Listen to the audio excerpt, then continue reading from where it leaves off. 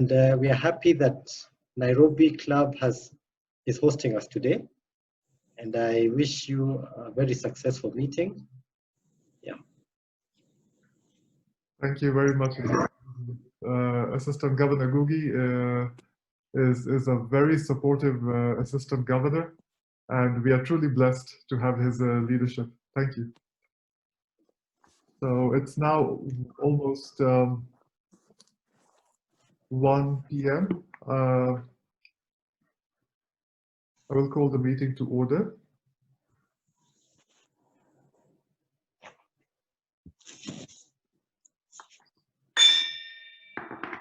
Thank you. The meeting is now in order. I'd like to request our President-elect, Rotarian Gideon Akwabi, to kindly sing for us the national anthem.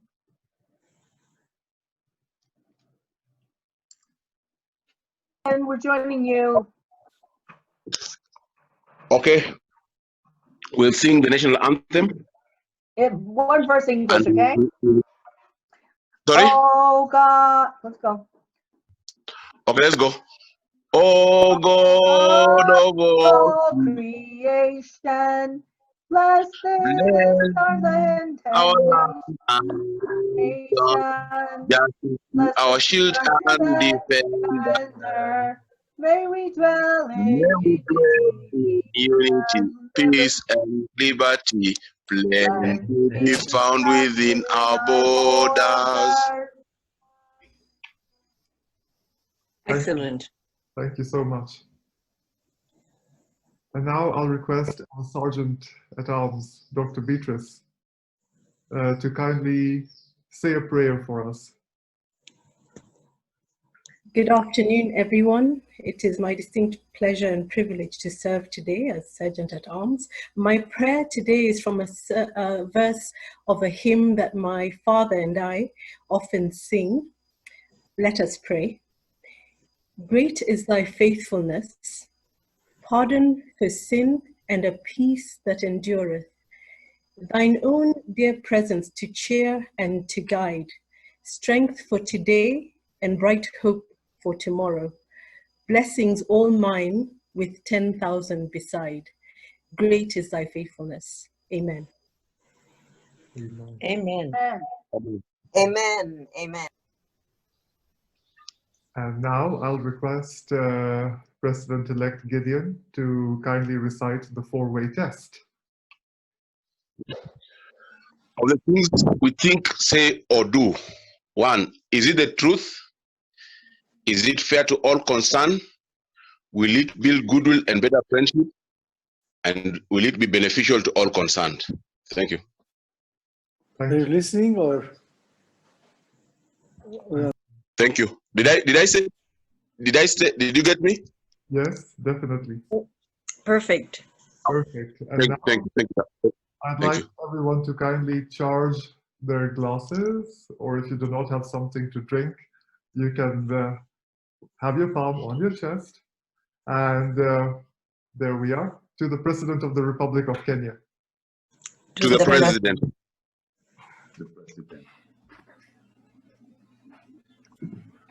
Thank you so much, Rotarian Perry, for joining us, as usual. Thank you. And I'd like now to carry out the introduction of visiting Rotarians and guests. And in order to do this, I'd like first to request all the visiting Rotarians to unmute themselves. I know that we have President of Nairobi Peponi with us, Peter Herman. President Peter, would you like to read out the names of your club members who are with us today?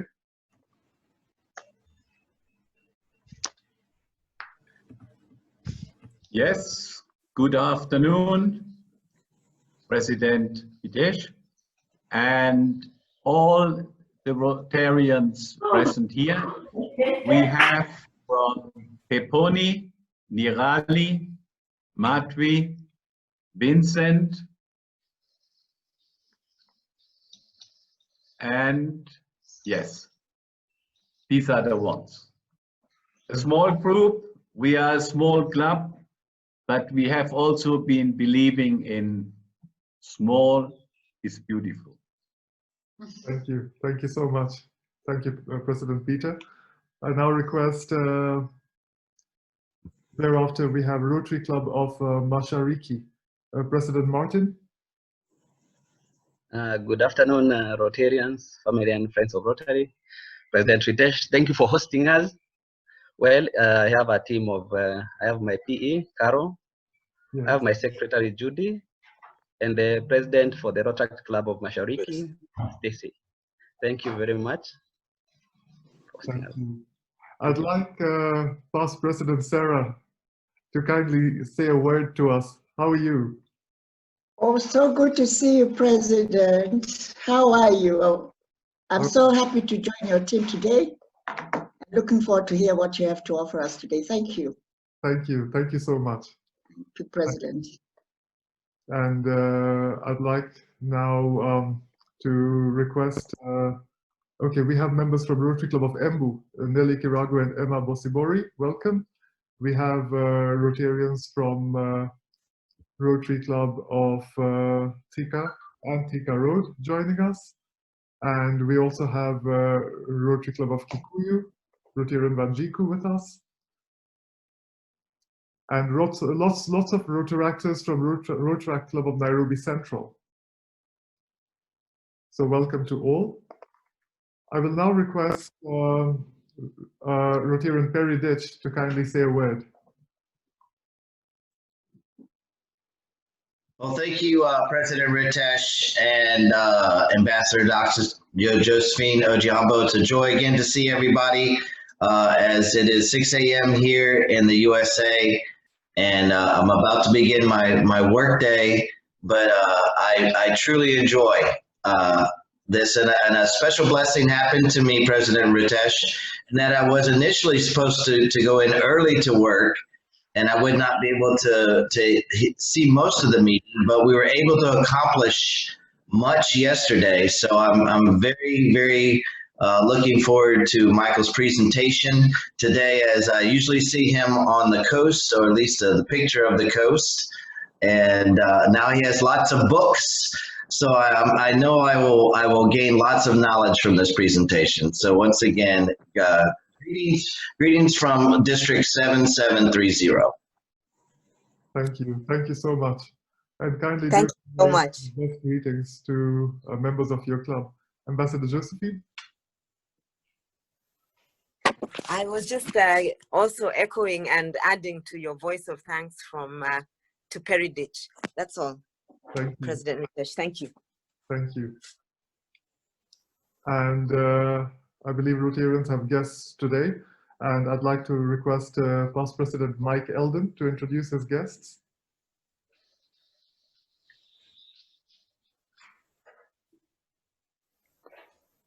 Good afternoon, everyone, and it's my regular guest, George Azungu.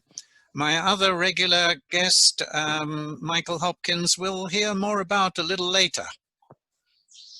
Thank you.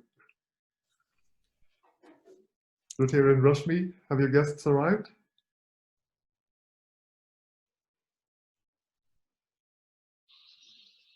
Sorry, you're on mute. My guests are joining a bit late, but Pamela Satoni will be with us today in another 10 minutes.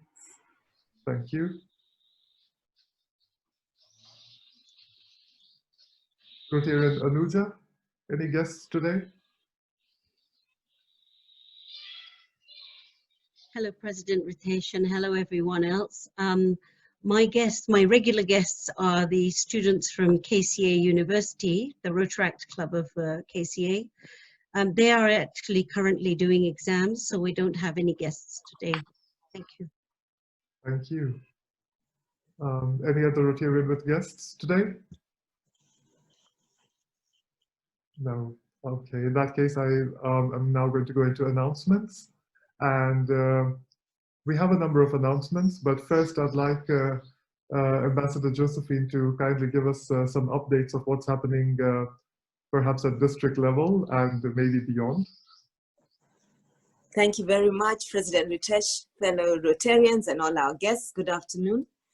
At district level, I just want to say we have now finally commissioned the key focal points on the district programs committee. So we'll soon be rolling out our plans. We had a short meeting last week. We were all present as focal points, and I think Gideon was absent, but Gideon, I'm sure that we will update you on what was discussed, because yours is now a cross-cutting concern. So communications, the Rotary program, meaning the work of Rotaractors and Interactors, will be cross-cutting together with needs assessment. I'm happy to let you know that we are very well represented as a club on the district programs committee. I also want to let you know that Anuja will be playing a special role in terms of ensuring that we meet our KPIs. So Anuja, you'll be the proverbial honorable whip. You'll be the whip for the district program. We're looking forward to your input. In 2 weeks' time, we'll be calling on Saturday morning a training for all of us. Please watch out for the notices. We hope you can all come online to learn about district programs. I'd like to let you know one of our highlights is going to be World Polio Day, where none other than Dr. David Githanga is going to take the lead. Another activity to watch for soon is the fundraising event for cancer, where Anne Van Lauwe will be taking the lead. That's all I have for today, President Ritesh. Thank you. Thank you very much indeed, Vice President, Ambassador Dr. Josephine. And I have one further announcement. Rotary Club of Nairobi has a very interesting game going on the chat groups. And it is about Guess the Rotarian, whereby we submit photographs of ourselves as very young children, and our club members are supposed to guess which Rotarian this is. So I'd like to request all our club members to kindly submit childhood photographs to Dr. Anne Van Lauwe. And the prizes are definitely worth playing. I think Dr. Beatrice would attest to that. So thank you. Please do submit your photographs. Any further announcements from any Rotarians? Ritesh, let me make an announcement, please. Yes, please. It's to do with Mukesh Joshi. I think we all know that he's been having these challenges with his premises at Sarit Center. He's still locked out, and he reached out to me yesterday to tell me that tomorrow there's the hearing in the Court of Appeal of his case, and then next Wednesday there's also a hearing in the Constitutional Court, which is a public interest case that civil society people bringing in many of his patients who are suffering because of the lockout from his premises. Obviously, Sarit have their own side of the story. But I think we just want to all wish Ritesh well. And I would encourage, first of all, Ritesh, for you to say that we wished him well at this meeting of the club, and also for as many individual members as possible to reach out to him. He really needs that. He wants it, and he would appreciate it. Thank you very much. Vice President Mike. And thank you very much, Dr. Joshi, for joining us today. I don't know what's happened. I've never had this before. I'd like now, are there any further announcements? Yeah, just one thing, President Ritesh, this is Anuja Prasha. I just wanted to add to what Ambassador Josephine had mentioned. The district has asked me to help them realign or align the strategic plan that they put in place with the strategic program plans. So I'm actually now currently writing a strategic plan for the programs itself, which takes us down to the implementation level. And our club is especially recognized as one of that. And as Josephine has said, that the position of whip allows me to not only just rally the right kind of implementation, but it's now I'm also involved in the strategic part of actually, you know, making sure that our deliverables are going to be realistic and something that the clubs are going to actually engage in. And so I'm looking for a Nairobi club to lead on a lot of things when we start implementing, because we will become exemplary for everyone else.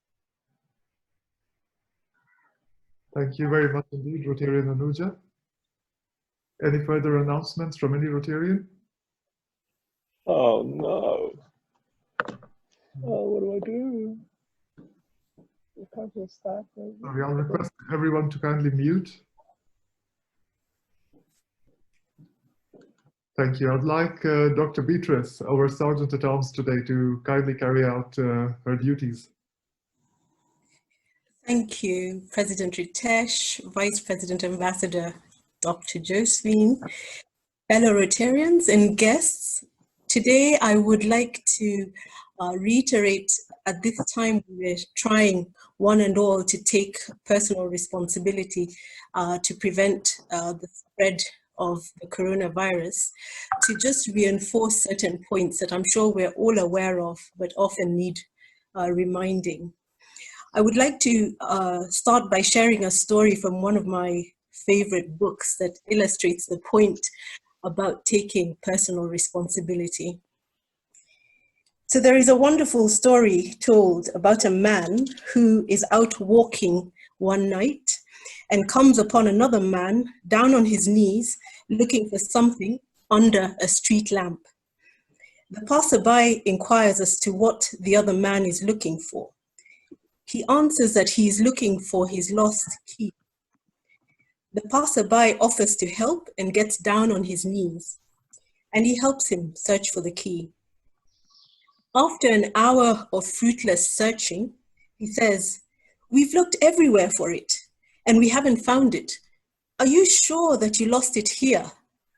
The other man replies, "No, I lost it in my house, but there's more light out here under the street lamp." The point to be made is we're quite ready to look for solutions that are out with and outside of ourselves, because there are plenty of those on offer. But today I want to just remind us all of the importance of the individual role that we have, particularly at this time when the numbers are not looking favorable and we might get into a second phase of panic. Actions that we need to take charge of are: one, to optimize your own immunity, nutrition, adequate rest, a healthy lifestyle, including exercise, the reduction of personal stress, one that might creep up upon us, that one, and good quality relationships. Not responding. The second big point is hand washing, hand washing, hand washing. Need I say more? The third is to avoid crowded public spaces unless it is essential. And if that be the case, please use PPEs appropriately. Now, on the matter of fining and for a good cause, initially I thought, it makes sense to fine everyone for failing to take responsibility, washing hands and doing things like that. But then you see, if every time you forgot to do something, you paid a fine, then we would know, wouldn't we? So I'm going to turn it into something positive, and we're going to bend the rules slightly. For every time that we wash our hands today, and with your permission, President Ritesh, this week, I'd like us to make a contribution. And I would propose something like 50 shillings for every time that we wash our hands. So I'm hoping that we will have a huge contribution of hand washing charges that are favorable for both our club and our health. At the beginning of the meeting, I couldn't help but notice that our speaker has a different backdrop today. But every single time that he's presented us with that wonderful beach background, I thought, I think that deserves a fine. So I'm going to retrospectively fine him too for all those wonderful backdrops that he's shown us of the beach that he's enjoying currently. And finally, I'm going to steal from Vice President Ambassador Dr. Josephine and say, could we find everybody who's not brave enough to show their faces today? Because I've been one of those people, and guess what? I'm showing my face today. So I look forward to a healthy contribution. Over to you, President Ritesh. Thank you. Thank you. Thank you very much indeed, our Sergeant at Arms for the day, Dr. Beatrice. And if you're requesting individuals to pay 50 shillings minimum for each time they've washed their hands this week, this will indicate to us how hygienic individuals are. Let the money come in. Well done. I'll request our club admin to kindly share our M-Pesa account in the chat group. Thank you. Thank you. I'd now like to request Past President Mike Eldon to kindly introduce our speaker, Professor Michael Hopkins.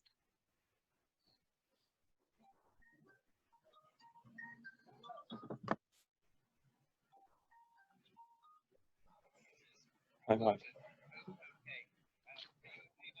I hope so. Can you hear me well? Yes. You can, President Ritesh. I'm sorry, I've never had a technical problem like this before. No idea what it is.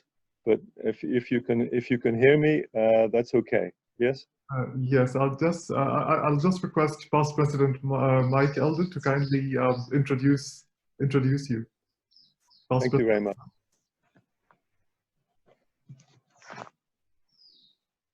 Sorry, we cannot hear you.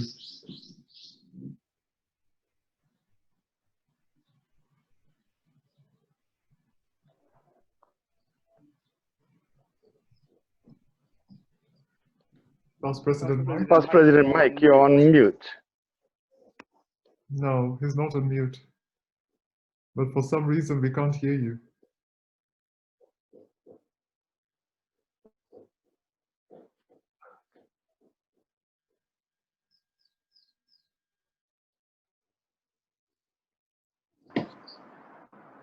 I've got a suggestion, Past President Mike.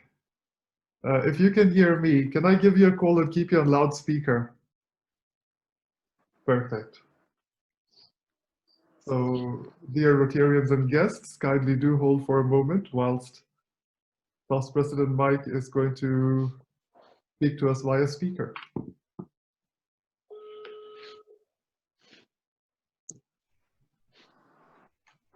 you hear me? Yes, yes, we can. Good. I also had my problems this morning with my connection, but I mean, you heard me earlier. Anyway, here's something about my very good, close, dear friend, Michael Hopkins, who I'm so delighted is speaking to us here today.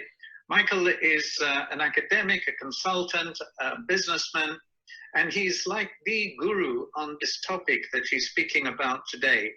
The guru, I mean globally, and not just recently. He's a widely publicized author, widely published author on CSR and sustainability. This is what his life is all about. Since leaving the United Nations in 1988, he set up and has been running his research and advisory company on the subject, MHC International, with his headquarters in London. He lives for much of his life in Nairobi in Kenya, except when he's off enjoying his time at the coast.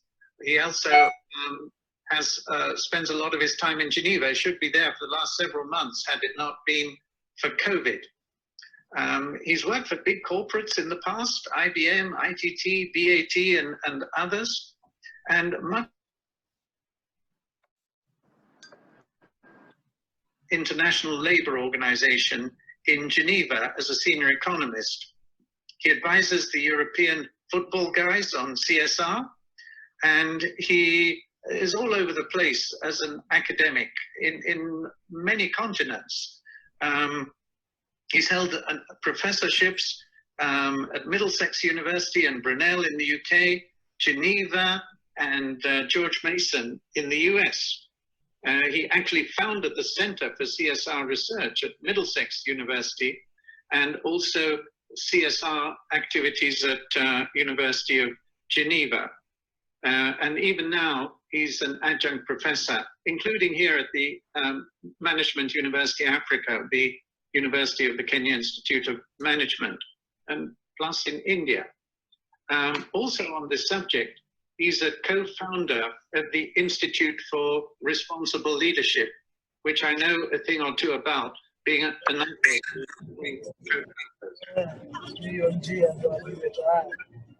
in this area.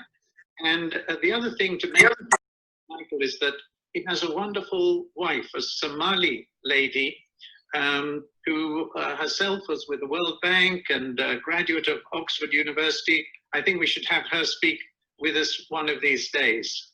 His classic book on CSR was CSR and Sustainability, from the margins to the mainstream. And it's interesting that he was in it when it was at the margins, and he helped pull it to the mainstream over this 20-year period that this has been his subject. So I won't tell you about all the other many books he's published. He's about to do another one on CSR, which will appear later this year. He writes all the time. He and I do articles together on the need for basic income and this sort of stuff. And for now, though, let me hand you over to my very good friend, Professor Michael Hopkins. Thank you very much. Can you all hear me? Yes, yes, we can. Okay, I'm sorry, my screen has just done another bunk, but let me continue regardless. I'm glad that the Mike didn't mention one word that was in the brochure, which was experts. And whenever somebody calls me an expert, I get a bit nervous, because I think an expert, if it's such a person, actually knows something, but also really knows what they don't know. And I think going back some years, I was appointed chief economist of the Dutch Antilles, would you believe it? And my first morning there, the deputy head of planning gave me a book on the history of Curaçao, and also the financial mechanisms that made them so wealthy. And so I read the book overnight, and I came back in the morning, and this man, Harry, asked me, do you now understand what the island economy is all about? And I said, well, I'm not sure I really did understand it. It was actually quite complicated. That's the last time I ever said I was anywhere near an expert, because that news went all over the island next day with Harry saying, oh, our new expert doesn't know what this island does. He doesn't know about its financial aspects. So I stopped calling myself an expert, and I hide a little bit in the shadows. Happily, I was born lucky. I was born in the UK some years ago, but that was a time in the UK of Harold Wilson. And Harold Wilson said, the white hot heat of technological revolution. Well, I was lucky because I'd had free education, free transport to school, free lunchtime meals, free health service, and so on. So I was very lucky where I was born. And because of that, I think I've been pushing those ideas right across the world ever since. And I'm not too sure we're doing so well. There are good things and bad things about the wonderful country of Kenya. And the two things that I love about Kenya comes from my friend Bob Munro, who founded the Matara Youth and Sports Association. And he says the two things he loves about Kenya are, one, the people, and two, the environment. And I totally agree with him. I remember the last meeting of the Rotary that I came to 2 weeks ago. We were talking about numbers of countries lived and visited. And I'd actually also lived and worked in many, probably over 100 in my life. And people always say to me, well, which is your favorite? and I always say where I am now, and where I am now is Kenya. But what have I learned about all that? I think the one thing that I learned is that in all these countries, 95 to 98% of the people are wonderful. Anywhere you go into the rural areas, it's like being anywhere in the world. People welcome you into their houses. They love to talk to you. And so obviously there are some rogue countries, but unfortunately, it's more at the head than it is the people themselves. So because of Harold Wilson and his white hot heat of technological revolution, I went into maths and computer science at the university. And because of that luck, it drove me into many experiences. And one of which was going to Sussex University, where I was a research fellow for a couple of years. And one day, people from United States who were behind something called the Limits to Growth, which was mentioned in one Rotary. The Limits to Growth was all about, it was what, mid-70s, there was a huge computer model saying that the world is in bad shape, that in 25, 30 years, because of growing population, increases in pollution, the environment is going to be severely damaged, and we've got to do something about it. Well, I thought, that's pretty impressive. I got to get into that.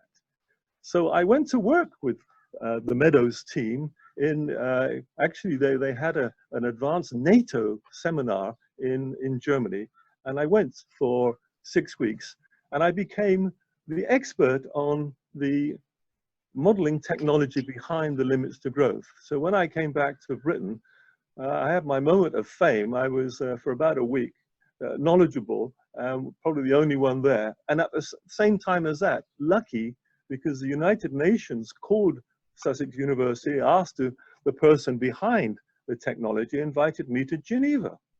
Well, luck again. So I went to Geneva. And after a week with the UN, actually the International Labour Organization, which was something called the World Employment Program, the head of it invited me to his office at the end of the week and said, "Have you finished that model yet, Michael?" The model of what? I said, of the World Employment Model. And I said, "Mr. Louis, you must have rocks in your head if you think that after a week I can do a world model." And Louis, he looked at me, and he looked at the chap next to me, and he said, "We could do with a guy like that." He turned back to me and he said, "Come and join us. Come and work for the UN. We need people like you." What a lovely, lovely guy. And so I did. I joined the World Employment Program. Big Louis, I commemorated him 1 year ago today. I had a big conference in Geneva at the ILO, and I presented him with a trophy in the shape of a rock, because I said to him, "You must have rocks in your head if you think I can finish a world model in a week." And so because of him, it started my career into the United Nations and my development career. And I made this trophy. I didn't make it, actually, I bought it in the Sarit Center, beautiful trophy of a rock, and I presented to him at the conference. So that was Big Louis Emery. But I didn't stay too long in the United Nations. I guess I wanted to travel. I wanted to see the world. Here I was talking about development in Geneva, and I'd hardly ever been to a developing country. So I sent myself to Colombia, and that's another story. But now let me move rapidly the clock forward to CSR. In the early 90s, I was working for the UNDP in New York on their Human Development Report. And as I left the building, walking down 42nd Street, I said to my colleague at that time that, you know, UN's wonderful, it's doing great work on development. However, it's a real drop in the ocean. Do you know that the world budget of the United Nations is $15 or $20 billion? not much more than the New York Health Department. I mean, so it does quite a lot for very, very little money. But I thought, well, let me have a look at what the private sector is doing on development. So I thought, that should take me about 6 months. I'll do a bit of research and the rest of it. And well, I found out that there was not much information on what companies were doing in social, environmental issues. And so I started working with a university in Britain that I knew, and after 1 year, we'd ranked the top 100 companies in Britain from 1 to 100. And the one that came top, by the way, was Guinness. And I suddenly thought, hey, hang on, should I be promoting alcohol when I'm working on social issues? And then the term corporate social responsibility came up. That had actually started, believe it or not, amongst the ethics establishment in the United States in the 1960s. So I got very, very keen on corporate social responsibility. I actually expanded the term into a multi-stakeholder approach, which is how I define it today, that corporate social responsibility is all about the key stakeholders of your company or institution. And so I've widened corporate to mean all collection of bodies. And so we can apply the methodology of what I call the stakeholder methodology to any collection of bodies or institution. And I'll give you an example. I applied that methodology to Westgate when it happened, because I thought there's this awful event going on, and yet it's front page news all the time. What on earth is going on? And we knew from our own sources that the Westgate incident was basically over almost the first evening, although the history continued for a few weeks after. So I did a stakeholder analysis of it, and I worked out, well, who are the key stakeholders involved? Were they the terrorists? Were they the police? Were they the government? Were they the owners of the establishment? Who were they? And I came up with the solution. No, it was the media. You see, without the media, why have terrorism? Terrorism needs to survive. So the same thing applied when I went to, a few years ago, I was in London Borough Market, when there was a terrorist incident. And it so happened the morning after I was in London, and again, the streets were empty after the incident, but they were full of journalists from CNN, BBC, ITV, and so on. And I spoke to all the journalists. They had nobody else to talk to anyway. And I asked them, don't you think that you're responsible? And they said, we have to show the news. So that led me into looking at corporate social responsibility of so many different organizations, institutions, and collections of institutions. So going back to the topic of today, relevance for Rotary.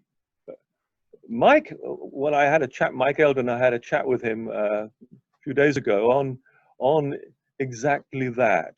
And I said, well, what to you is the Rotary? I don't know if he's allowed me to say this, but since I can't see him, I can see me, I can hear me. So Mike said, having a good time and doing good things in your community. Right up my street. Sounds absolutely wonderful. So I said, I'm very, very happy. And so I started to look into the projects that you were doing. And one thing that's key to me has been the issue now of sustainability. Sustainability came out of the Brundtland report, which was not sacrificing the future for what we're doing today. So heavily environmentally orientated. Today, the word sustainability means a lot of things. Mainly that we want to sustain our organization, and people are quite happy with that. So what I do is that I argue that any project has to be sustainable as far as possible. And I give the example of the Union Bank of Switzerland, who used to teach on one of my courses in Geneva. And the head there said, well, one of the problems with us as philanthropists is that we might give $1 million as capital, but what happens? We get 0 return on our investment and we lose all our capital. So what to do?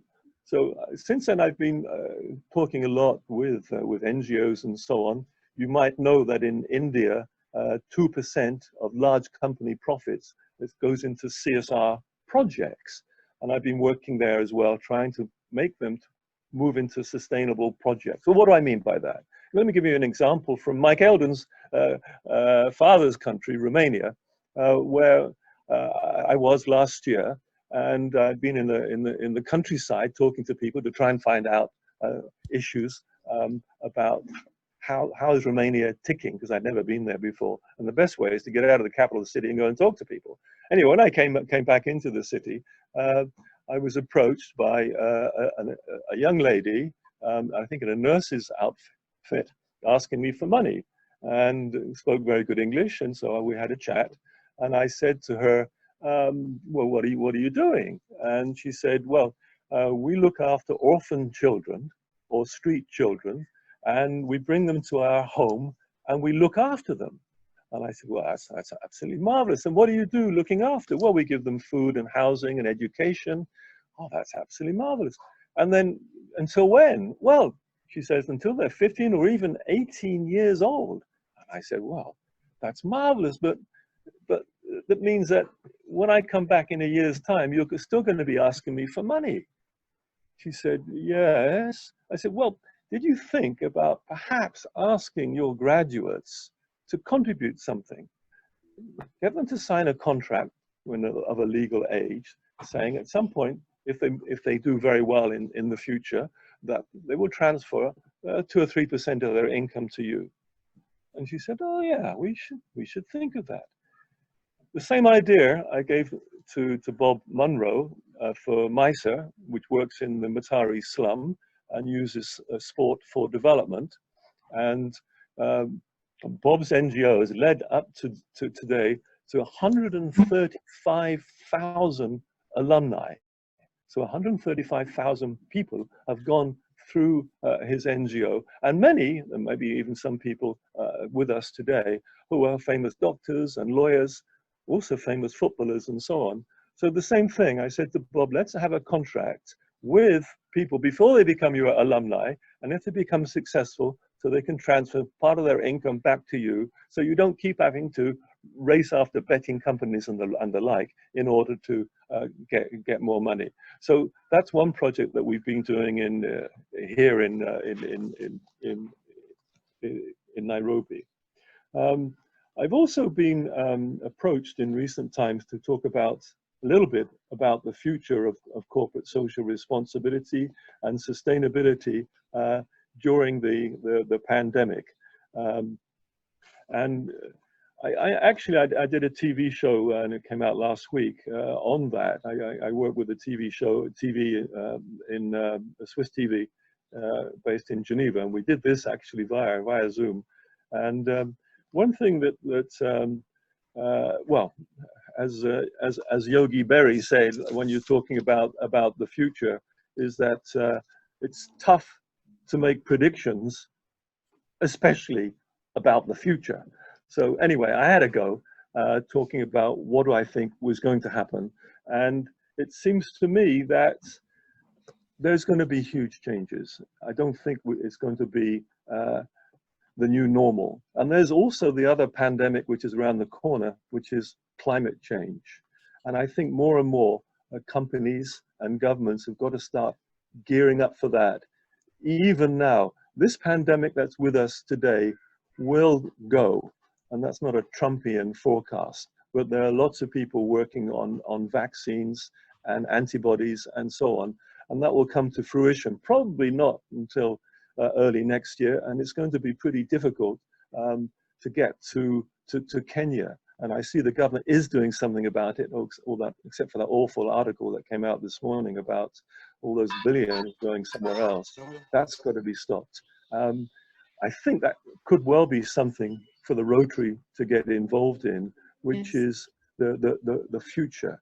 And for the present, what's obvious to me is face masks and personal responsibility. And I'm sure around the table today, personal responsibility is key to all of us. We must wear face masks, even outside if we're going to be in crowds and the rest of it. It's clear that the one way to collect the virus is through your nose and through your mouth, and then a good face mask would be fine.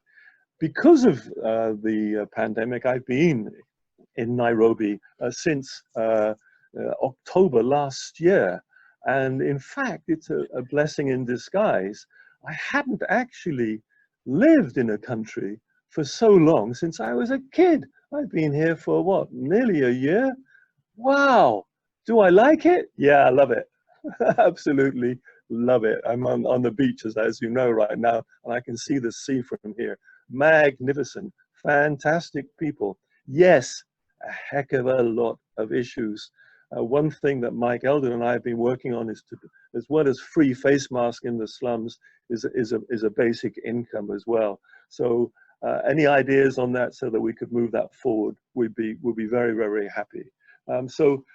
Certainly in the future, I think that different industries are going to show the way. What's interesting in Kenya, I think IT is going to expand enormously. Lots of people say that agriculture is going to expand, but you know, in most countries that develop, agriculture, of course, is incredibly important, but it only employs 2 or 3% of the population. So in terms of employment opportunities in the future, it's not going to be in agriculture. It's going to be in the service sector, in education and in technology, and that's the future. So I'm not quite sure what time I started speaking, but I feel I've probably gone on a bit too long. But thank you very much for listening to me today. Thank you, President Ritesh, for inviting me, and thank you kindly for listening to me. And since I can only see me speaking, I will clap my hands to you all. Thank you.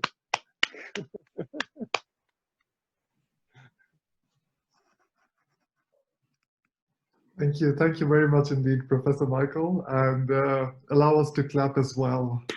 So that's a very warm round of applause on behalf of all your listeners. Thank you. I'd like to request any questions from Rotarians. Can you kindly put them into the inbox? I'd like to request all Rotarians and visiting guests to kindly inbox any questions they have for the guest speaker today. And whilst we wait for the questions to come in, I will request Dr. David Gitanga, past President Dr. David Gitanga, to kindly give the vote of thanks.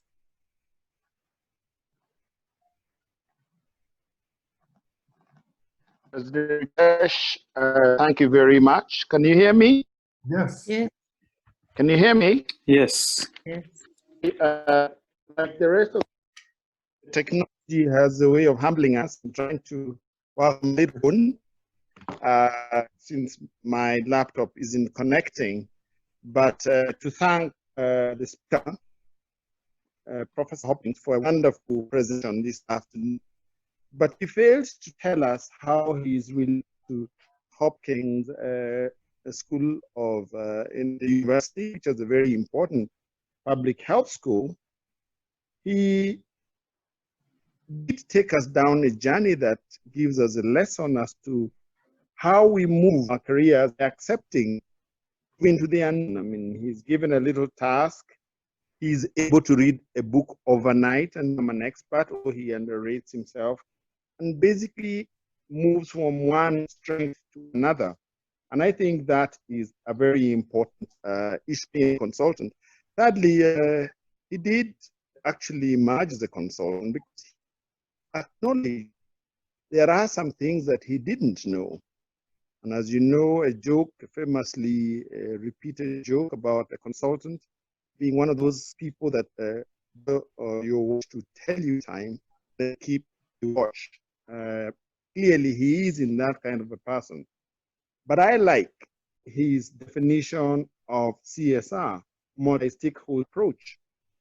And this is probably in keeping something we are talking about right now, especially in COVID era, One Health approach, where the environment cannot be taken away.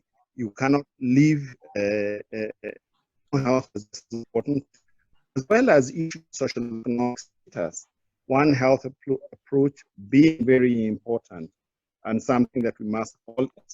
Rotary, to a large extent, uses multi-stakeholder approach. If one was going to think probably joins the things we all seek to do, whether CSR or Rotary, is really poverty. But poverty is brought about by many, many, many things, and the things we handling, particularly areas of focus in Rotary, water and sanitation, maternal and child health, community economic needs, and so forth, disease prevention, basic education and literacy. Those have many, many players. And if we all do our part in various ways, when we don't see ourselves as being corporate, we basically reduce our aspect of poverty. And I think that Professor Hopkins has tried to cover this in various ways, in his own small ways, and I really would like to thank him and hope we can have a face-to-face presentation in future. Thank you very much. Thank you very much, David. Thank you. Thank you very much indeed, Past President Dr. Gitanga. And before we go to the questions and answers, I'd like to request Professor Michael Hopkins, if you can please stay on for just about 10 or 15 minutes whilst we have a Q&A session, if that's okay with you. I will be absolutely delighted. And Thank you, President Ritesh. I'd like to just have the closing remarks and the attendance report, and thereafter we can go to Q&A.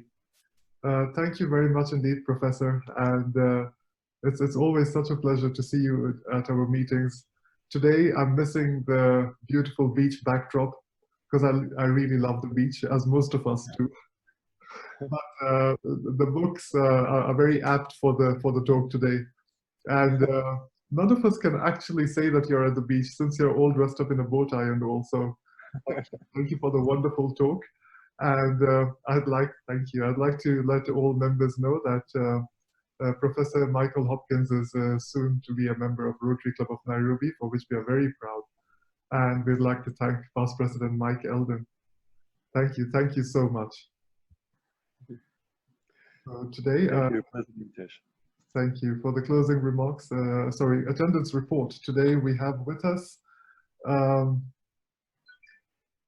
Assistant Governor Gugi from Rotary Club of Kikuyu. We have visiting Rotarians from Rotary Club of Nairobi South, Rotary Club of Nairobi Thika Road, Rotary Club of Milimani, Rotary Club of Embu, Rotary Club of Nairobi South, Mashariki, Ruiru, Rotary Club of Nairobi Peponi, our partners today, Rotary Club of Nairobi Central, Rotary Club of Nairobi Central, Rotary Club of KCA Information, Rotary Club of Nairobi Mashariki, Rotary Club of New River, Onslow, North Carolina, USA, Rotary Club of Sunset, Dar es Salaam.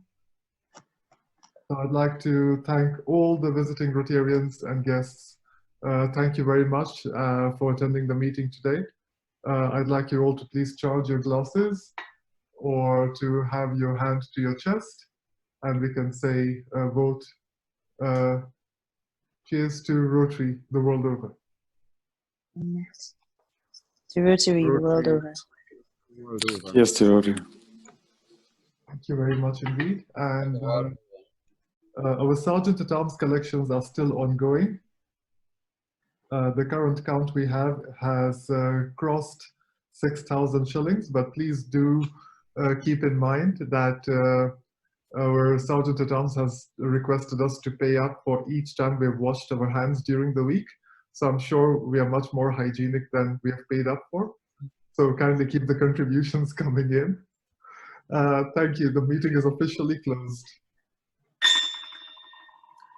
One final announcement before we go to Q&A.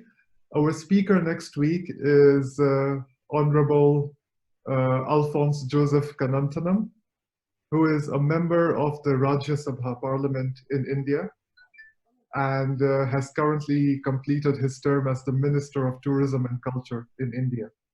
He's going to be our speaker next week. So now, thank you all for your questions which are coming in. I'll now read out your questions to Professor Michael Hopkins. Professor, are we good to go? I am. I've been looking at the chat as well, but so many difficult questions. May I go now? No, you may not. You may not. I'm just opening my mic just to show you that I'm laughing loudly. You are fine for that suggestion. Thank you. Can you hear me now, by the way? Can you hear me? Yes, I hear you, yeah, Mike. Oh, good. So, no, you may not go. No. In that case, I'll stay. You're still fine, though. I'm happy to contribute, no problem. Great. So if I can read out some questions, can I read you about 3 questions at one go and then we can answer them? That sounds fine. May I answer in one go? Yes, please. I'm just teasing you, sorry. That's another fine. Yes, our sergeant is still with us, so the fines continue. Our first question is from Ambassador Josephine Ojiambo. What role can corporates play to support efforts to mitigate climate change?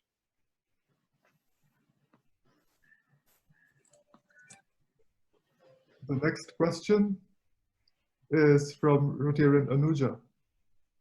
Michael, I'm very familiar with your book, CSR and Sustainability, and my own doctoral specialism in CSR in India and Kenya, where I advocate for a global South approach for CSR and particularly in the context of development. Your book does not distinguish between CSR and global South CSR. Do you have thoughts on this? And we have, is this a question from past President Jessica Kazina? Immunity boosting is one of the most important things we can do to ourselves. Not enough emphasis is being placed on fighting the COVID with a strong immunity. This disease would not be as debilitating as it will if we are compromised in any way. That's a comment. From George Kazungu, my head is full of rocks right now. Ah, wonderful. Marvelous. Okay. Dr. Beatrice, this is also a comment. Thank you, Professor Michael, for your talk. We look forward to welcoming you to our club. So maybe you can answer the first 2 questions whilst we wait for more questions to come in. I'd be very, very happy to. Let me go to Josephine Ojiambo. What can corporates do on climate change? In fact, an awful lot. What's happening actually globally is that the big companies, the big oil companies, are starting to realize that the future is not going to be oil. And a lot of them are now investing in alternative solutions. And yesterday I saw that Kenya is going to start a nuclear power station on the Tana River, and my first thought for that was horror, because through alternative energy there's enough power.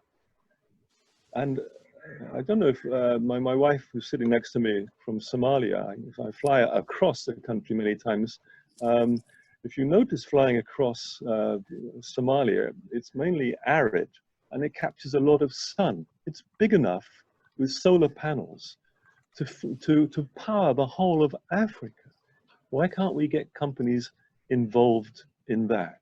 And I've been pushing that for several years in Somalia and trying to get companies to get involved.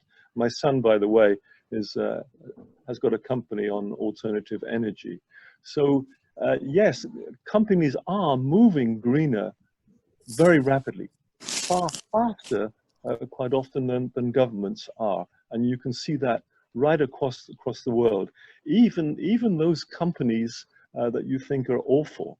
One thing about very big companies that we must realize, and we quite often forget when we're talking about, for example, BP or Shell or something, is that one incident destroys in a way their reputation. But the thing is that these companies have between 300,000 and 400,000 employees, whereas something like the UN, my old UN organization, only had 1,500 employees. So in fact, a lot of things can go wrong. And as Warren Buffett always said, is that your reputation takes 20 years to establish and minutes to destroy. So I think around the world, I do see an awful lot of activities by the large companies as part of their corporate social responsibility program. And one key stakeholder is in CSR is the environment. Now, the second question was by Professor Amuja, who is always asking me difficult questions. I'm going to turn the tables on you one day but in the very pleasant way that you do it. So thank you. In fact, my second book on CSR was actually about corporate social responsibility and international development. And since I'd spent a part of my life working in the South and working on development issues, there is a big role for corporate social responsibility on that. Take, for example, this idea of basic income that some of us have been pushing, especially for the slums here in Kenya, but also in India, right across the world, in fact. Can companies get involved in that? Now, we have to be a bit careful. Companies are very good at what they do. Now, they also should be paying their taxes. And the taxes, of course, go into government. And governments sometimes are not quite as efficient as companies. So what I've been arguing for a long time is not that we should tax companies much more. Of course, if we're not paying anything, then we should. But actually get companies involved in management issues, because they're management experts. And I know via Mike that KEPSA has got a role to play there on management issues. And let me just go back to projects. When people are working on projects, what they call CSR projects, which I'm not very much in favor, I recommend that they should follow what I call a 3M approach: macro, meso, micro. So the micro part of the project is actually doing the work, looking after the kids, helping people, help the blind. And as I know, Dr. Mukesh Joshi doing fabulous work on cataracts around the country. But there has to be a macro part, and the macro is the policy part. Is that I always ask NGOs, very good, great what you're doing, but are you working on policy with government? Because a lot of the things that you're doing are up to the government. They should be part of the public health program, and why aren't they doing that? And the meso is the policy area, is how do you get from macro to micro? And we can see that right across the world, not just in Kenya, as we saw this awful story about Kemsa coming out about this morning. The big problem between the macro and the micro, it's not getting through. Companies are very good at this. So the management of specialities of companies could help and could be placed, I think, more in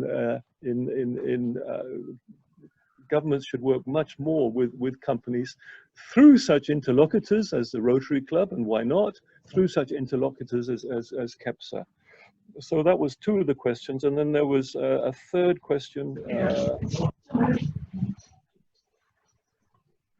The question of George, I didn't quite get it. You said, Michael Hopkins, you've got rocks in your head as well. Well, yeah, probably. Keep rocking.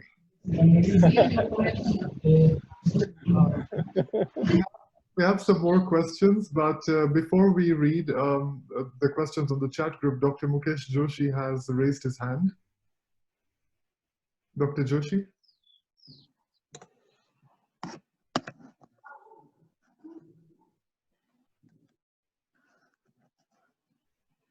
Okay, Michael, can I ask you one question?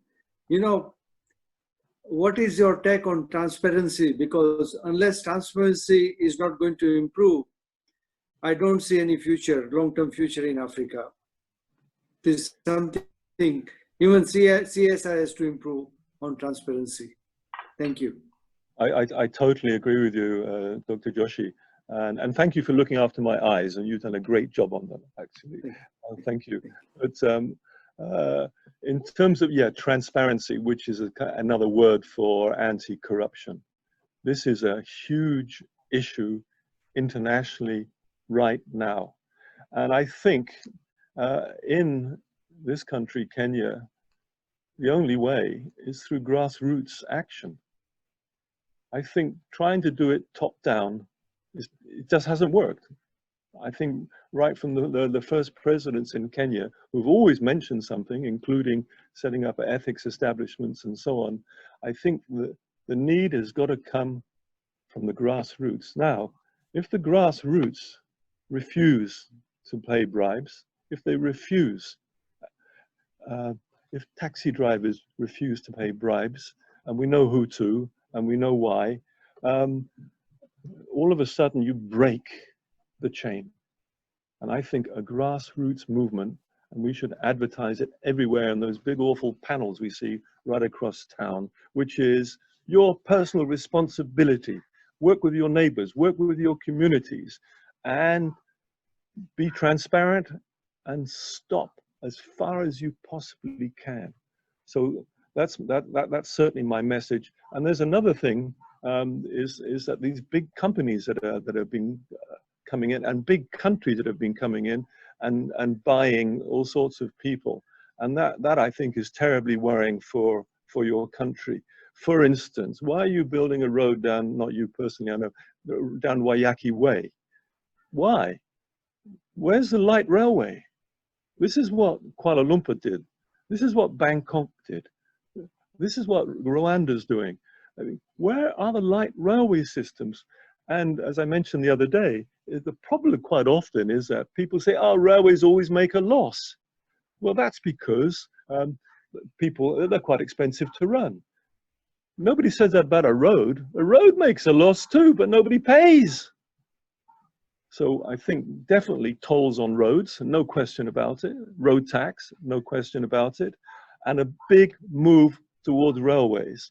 And ask the French. The French are fantastic. I'm British, but go and ask the French. They're fantastic at railways. And they would lend you the money over a 30-year period, 20-year period. And knowing the French, they'd be so happy to help. They might even write off the loan after 20 years, especially see revenue coming in. So I hope somebody's listening there. That's one of my bugbears, because I'm really worried about the corruption at high levels of government from other corrupt governments. And I won't mention any names, but we know who I'm talking about. That has to be dealt with. And you've got to work with companies who are socially responsible. And we know quite a lot of companies, big ones these days, who are not. Okay, I'm sorry, goodbye.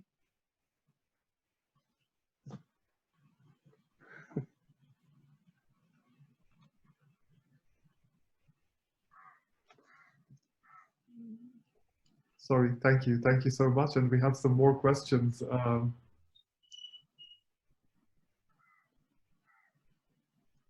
Okay, and some comments. We have a message. We have a question from Past President Jessica Kazina. Past President Jessica, would you like to ask the question?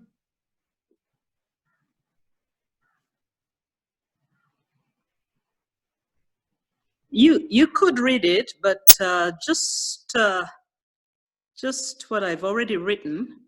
That thank you, Dr. Hopkins. We need more time with you, not just 30 minutes. We need more like a day to cover the topic that you have covered so well.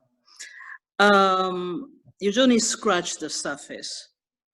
So you worked for the UN, and you know the UN works on policy papers that are given to governments, and they are filed on shelves and not used to do the sort of work that is policy related, and UN ends up being criticized quite a bit. What's your take on that? That could better help with guiding on the macro aspect of what you spoke about. Jessica, thank you for asking that question. I've got quite radical views. It so happens that my wife right now is working on a UN project on IDPs. And she's got half a dozen agencies on her back saying, when is this finished? When is this project done? You would not believe this project document. It says, we as the UN have to get towards sectarian normalization in a straightforward and transparent way in cooperation with our partners. Eh? So my first thing is, please, please, please, my friends in the UN, so many lovely, good people, please write in English so that we can understand it. That's one thing. Second, I don't think that the UN should generally be involved in micro projects. And that's not a Trump suggestion for getting rid of World Health Organization, not at all. I think in many ways the problem is just too big for projects coming from the UN.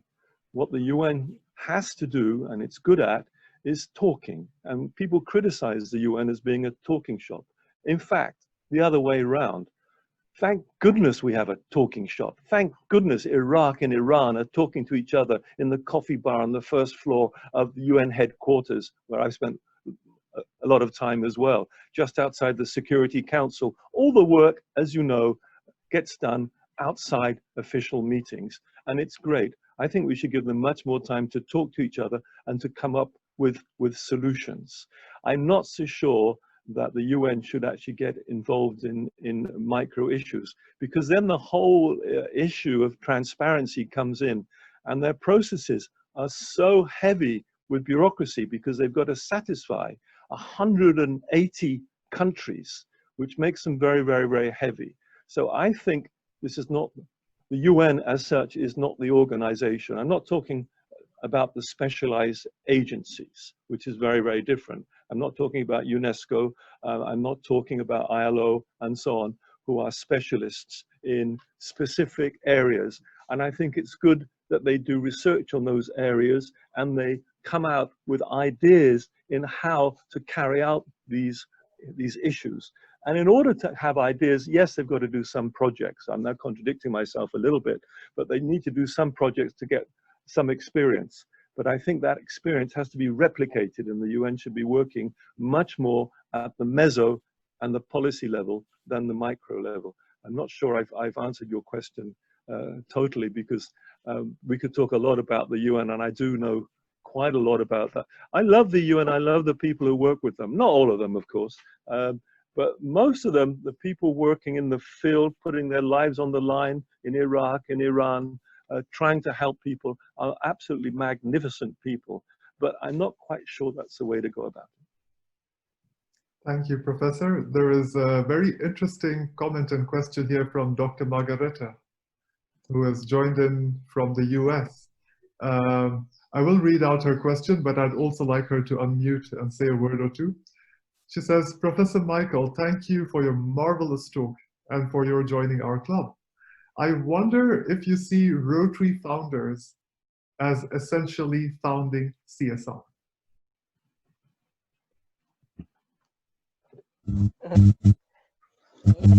I do. I think the Rotary founders actually are the founders of CSR. What do you think about that, Professor?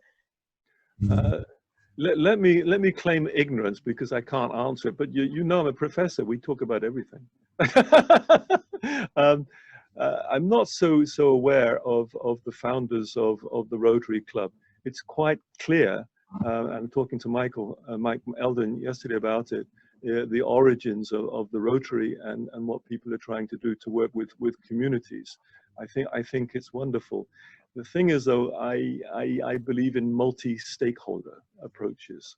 So what I mean by that is that any institution or a company has their employees, has their board, has their CEO, has their suppliers, has their customers, have their actions, have the environment to worry about, and so on.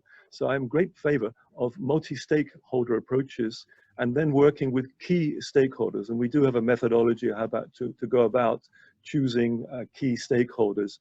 Usually this means that they're important and they're material to your organization. What does that mean? Give me an hour, I'll get back to you. But I think that the founder of corporate social responsibilities is pretty interesting because it came out in the 60s and 70s. And I think the two people to me are the founders, both American, Archie Carroll and Professor Donna Wood. And then they were helped a lot by Professor Ed Freeman in Virginia, in Charlottesville, on stakeholder and identifying stakeholders and so on. I don't know. I can ask. Well, I can ask them because I'm still in contact with them. What contact they've had with the Rotary. Maybe I'll do that and I'll report back to you. I think maybe that might be a better answer to your question than me to keep on hot airing and perhaps not answer your question as I should. Well, I think what I was actually trying to get at is that these were businessmen who were concerned, and they were corporate individuals, but they were concerned about the community and the whole ethic. I think the ethics they had of service above self is the biggest. Oh, sorry. No, not you. Sorry, my neighbors. Okay. Service above self. And I think that that's a core value of corporate social responsibility, taking responsibility. And I think that that's what the Rotary is all about, really. Individuals, maybe it's more individual responsibility, but I think then you enlist your club in the ethical perspective that, towards whatever social issue they take on. And I think our club, as you join the club, I think you'll see that largely, I may be use different language, but I think that the motivation is very similar. Can I make a comment here, Margareta, Ritesh, Michael? Please. Yes, please. I think that's a great question, Margareta. It's a great thought.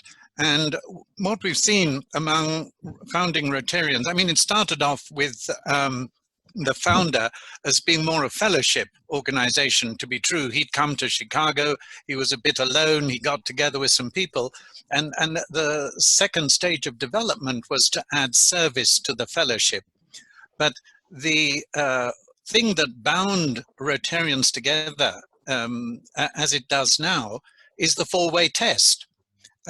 These values of being fair to all concerned, beneficial, etc., is a wonderful alternative way of speaking about being fair to all key stakeholders, which is how Michael rightly describes the contemporary view of sustainability.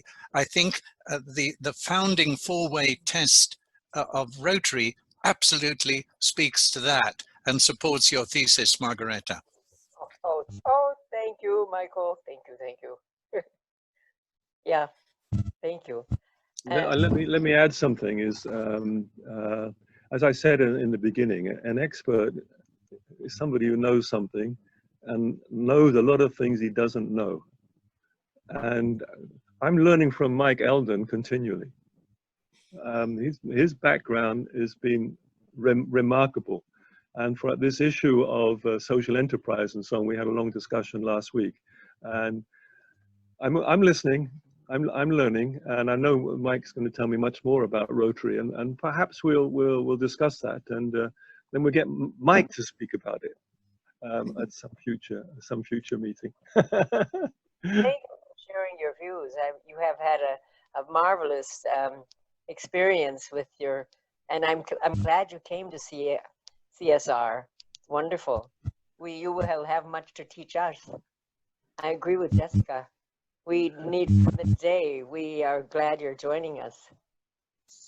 We will ask Ritesh or the following presidents to invite you back. Margareta, you flatter me, and I'm actually blushing, and you can't see it, but thank you very much. There is one comment that I'd like to make is you know, it amazes me the quest for money. I mean, when you've made your first billion, oh goodness, all you care about is the next billion. I mean, I made a bit of money in my life, not that much, but never ever did we pursue it. It seemed to me, what's the point? And I said I was born lucky, so I was lucky to be born there. And the more I can do to pass that luck around, no question about it, in education, basic education, and providing people with opportunities. People are poor because they don't have opportunities, not because they're stupid. They're certainly not. As you know, if you go anywhere and talk to people, especially in poor areas, which I think is always a good thing to do, to find out what people are thinking. They lack opportunities. And Harold Wilson and Pierre Hardy and people before him gave people like me that opportunity. I mean, I came from a poor family. I was living in a prefab house, a council house in southern England. We were pretty poor. My father fought in the war as a hero, as it happened, but we were pretty poor. So everything that I got was through working. But I was so lucky, as I keep saying, to have free education and a free health service.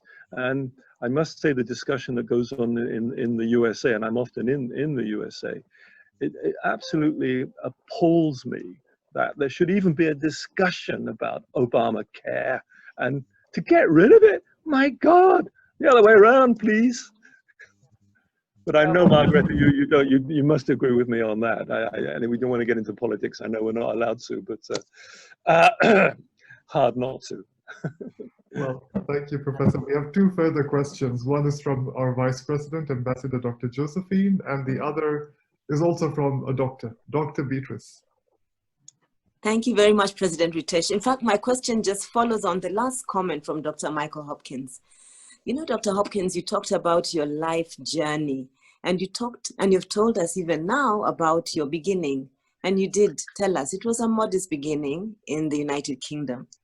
You know, many of us on this call don't remember those years because, one, we weren't born then, and now they've become a distant reality. They did take place, and sometimes a reality we only connect with when we open a history book or we listen to remarks such as yours.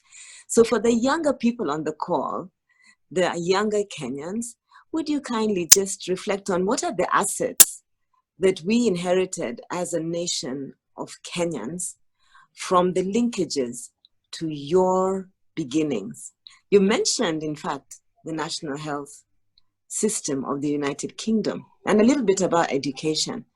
But we want to look back and ask ourselves as a country going forward, what were the assets handed and bequeathed to us in the early days of post-independent Kenya from the United Kingdom that we should hold on to, the values, the systems? Tell us, what are they? Thank you. These are actually quite tough questions, and I know quite controversial. I'm against violence. I'm a pacifist. And believe it or not, I'm not particularly in favor of country boundaries. Why should the fact that you were born in one place allow you to have all the benefits that somebody else does not have? So I spent my life trying to push those boundaries outwards, and I see those boundaries coming back.